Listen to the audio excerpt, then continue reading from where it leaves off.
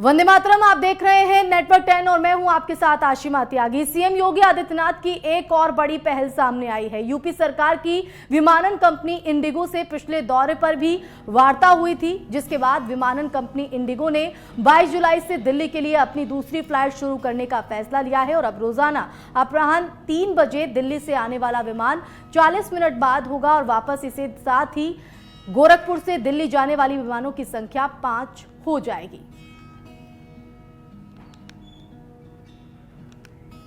तो सीएम योगी की एक और पहल यहां पर देखने को मिल रही है। गोरखपुर से 5 और विमान यहां पर लाए जाएंगे, क्योंकि जिस तरह से यूपी वासियों को 5 एयरपोर्ट यहां पर मिले हैं, उस सौगात पर अब अमली जामा पहनाने के लिए एक के बाद एक कवायदे यहां पर की जा रही हैं। तो अधिकारियों के साथ अटक कर ये बड़ा जो फैसला है एक और योगी सरकार की तरफ से इंडिगो ने दिल्ली के लिए शुरू की है दूसरी फ्लाइट और इसके लिए गोरखपुर से दिल्ली जाएंगे 5 विमान। तो एक बड़ा तोहफा कहीं ना कहीं प्रदेशवासियों के लिए इसको देखा जा रहा है और ऐसे में दिल्ली तक का जो सफर है वो कहीं ना कहीं यात्रियों के लिए काफी आसान हो जाएगा।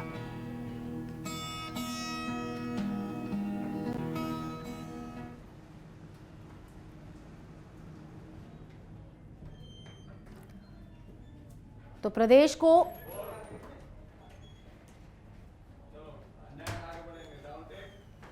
तो वहीं देश दुनिया में आज रोज बढ़ रहा है कोरोना। तो यूपी मॉडल से कोरोना की लगातार जो संख्या है वो रेट कम होता हुआ दिखाई दे रहा है। बता दें कि 25 करोड़ की आबादी वाले उत्तर प्रदेश में महज 1093 एक्टिव केस हैं। देश में कुल सक्रिय मामलों की अगर बात करें तो 98वें नंबर पर है इस वक्त यूपी।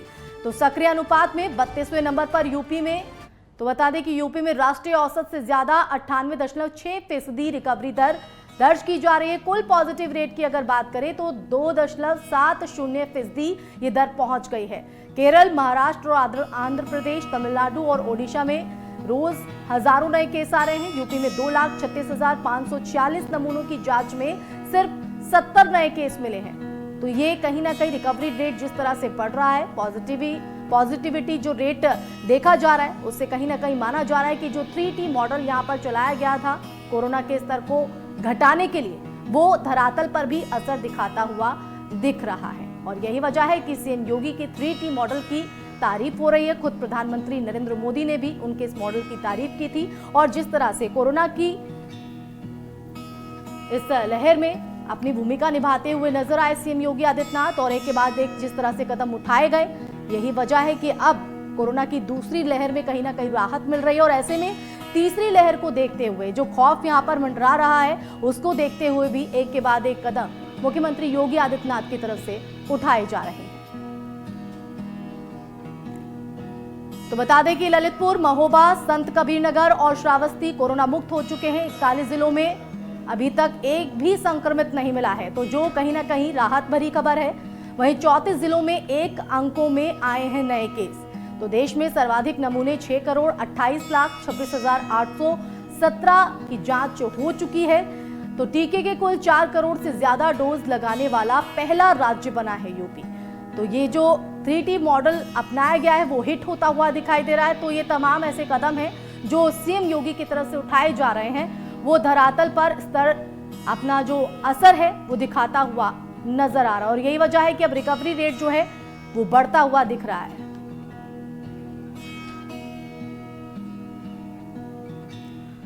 तो वहीं धर्मनगरी मथुरा में होने वाले मुड़िया पूर्णिमा मेले पर श्रद्धालुओं के आगमन पर रोक लगा दी गई है। जनपद में आने वाली सभी सीमाएं सील कर दी गई हैं। तो हर साल होने वाला मुड़िया पूर्णिमा का मेला इस बार नहीं होगा। प्रशासन ने मीडिया और पोस्टर के माध्यम से जनता से अपील की है।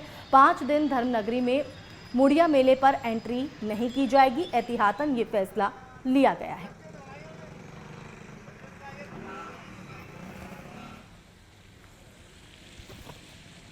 देखिए, जैसा कि आप अवगत हैं कि गोवर्धन में जो विश्व प्रसिद्ध मुड़िया पूर्णिमा मेला होता है, कोविड की परिस्थितियों को देखते हुए जिलाधिकारी महोदय के आदेश से तो मुड़िया पूर्णिमा इस साल के लिए मेले को निरस्त कर दिया गया है।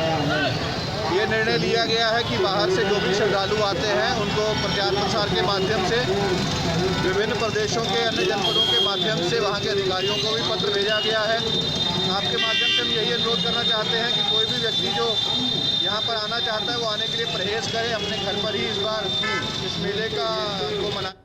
तो वहीं ग्रेटर नोएडा प्राधिकरण की कार्यशैली से डाढ़ा गांव के लोगों में नाराजगी देखने को मिल रही है। दरअसल प्राधिकरण ने पुरानी आबादी पर नोटिस चस्पा किया है, जिससे ग्रामीणों में आक्रोश देखा जा रहा है। तो वहीं ग्रामीणों ने ग्रेटर नोएडा अथॉरिटी के सीईओ को एक लेटर लिखा है, जिसमें ग्रामीणों ने प्राधिकरण को नोटिस वापस लेने की बात कही है। तो साथ ही नोटिस वापस नहीं लेने पर ग्रामीणों ने प्राधिकरण के गेट पर प्रदर्शन करने की चेतावनी भी दी है।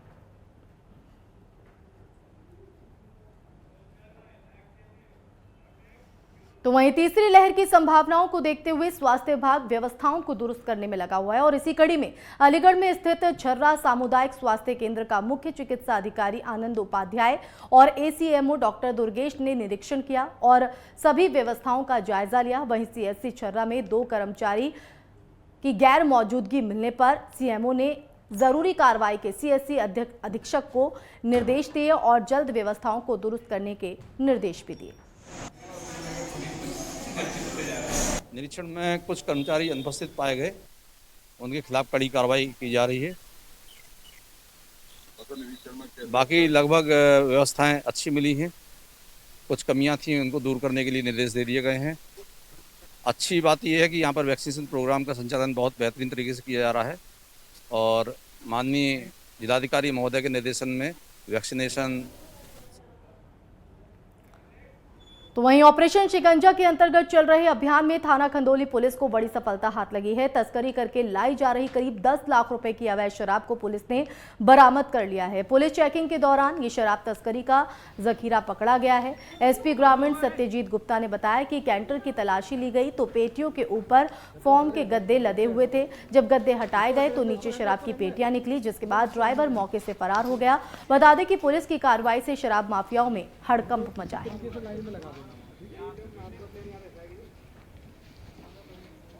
थाना क्षेत्र खंदौली में एक संदिग्ध अवस्था में एक कैंटर को पकड़ा गया है। उसमें शराब की पेटियां बरामद हुई हैं। जो शराब की पेटियां थी उसको चारों तरफ से फोम से छुपाया गया था। जो शराब की पेटियां हैं कुल 150 पेटी है, जिसकी अनुमानित कीमत 9 से 10 लाख बताया जा रहा है। इसमें जो ड्राइवर था वहाँ मौके से फरार हो गया है, अभी वहाँ पर मिला नहीं है।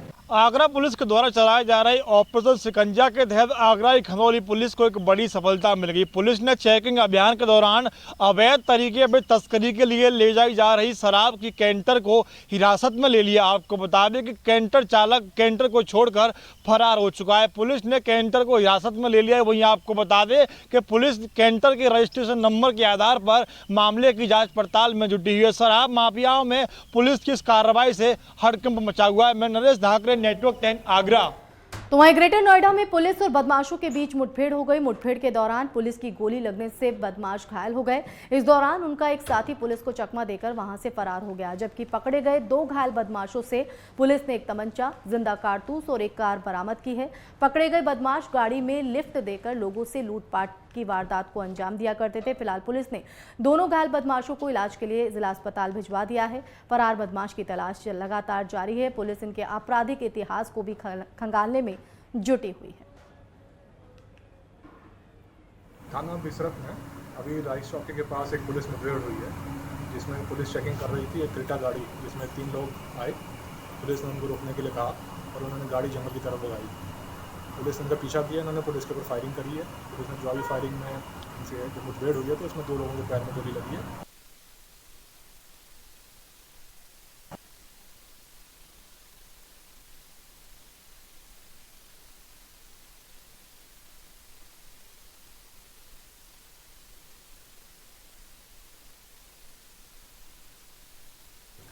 और अब खबर रामपुर के थाना टांडा क्षेत्रागत के धनपुरा गांव से है, जहां सौतेले जीजा ने जमीन जायदाद पाने के लिए अपने इकलौते साले की गला घोंटकर हत्या कर डाली।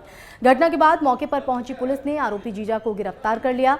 अपर पुलिस अधीक्षक संसार सिंह ने बताया है कि आरोपी जीजा ने अपने सौतेले साले अर्जुन की गला दबाकर हत्या कर दी। पुलिस मामले की जांच में जुट गई है। राम गोपाल रहने वाले ये अलफगढ़ गांव पड़ता है टांडा में। उनके पहले पत्नी थी, उसकी मृत्यु हो गई थी, तो एक बेटी है गीता। दूसरी शादी से इनके एक पुत्र है था अर्जुन। वो पहली पत्नी की बेटी थी गीता, उसकी शादी उन्होंने नंदकिशोर से कर दी थी।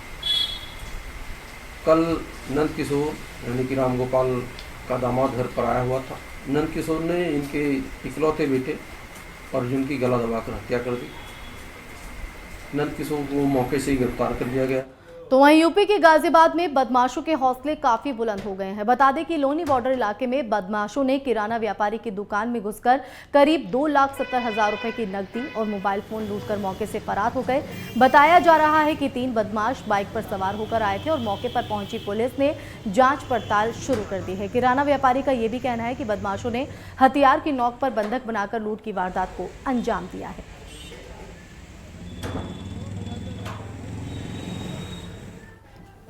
यहाँ मेरे फादर बैठते हैं और उनके साथ अभी वारदात हुई। करीब वो अकेले बैठे हुए थे, बस उनका रोज़ का कारोबार है, छोटा मोटा कारोबार है, और बस वो दुकान बढ़ा के जाने की तैयारी में ही थे कि 3 बदमाश आए और बहुत बुरी तरह उनको गंदी गंदी गालियाँ दी, धक्का मारा, रिवॉल्वर रख दिया और बोला कि अगर पैसे नहीं दोगे तो जान से मार देंगे, और लूट के उनके साथ हाथापाई करके भाग गए और उनका मोबाइल भी लेके भाग गए। घटना क्या जी, ये 6:30 पौने 7 बजे की घटना है।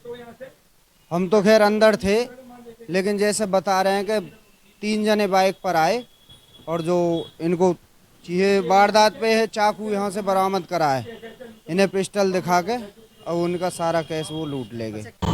आज एक किराना थोक के व्यापारी हैं, उनकी दुकान में शाम के समय जब वो दुकान बंद करने जा रहे थे, वो अकेले थे। कुछ लड़के वहाँ पर आए, 3 लड़के जैसा कि वो बता रहे हैं। 2 लड़के दुकान के अंदर आए और एक लड़का बाहर था। तो इन्होंने अंदर पहले इनसे बातचीत करी इस तरह से, फिर उसके बाद उनसे अभद्रता से बात की और वहाँ पर जो पैसा था, इनके गले में जो पैसा था या इनके पास जो पैसा था, लगभग ये 2-2.5 लाख रुपए के आसपास बता रहे हैं टोटल कैश था। एग्जैक्ट इनको भी जानकारी नहीं है कि लूज करेंसी थी, लेकिन लगभग 2-2.5 लाख रुपए से के आसपास जो बता रहे हैं।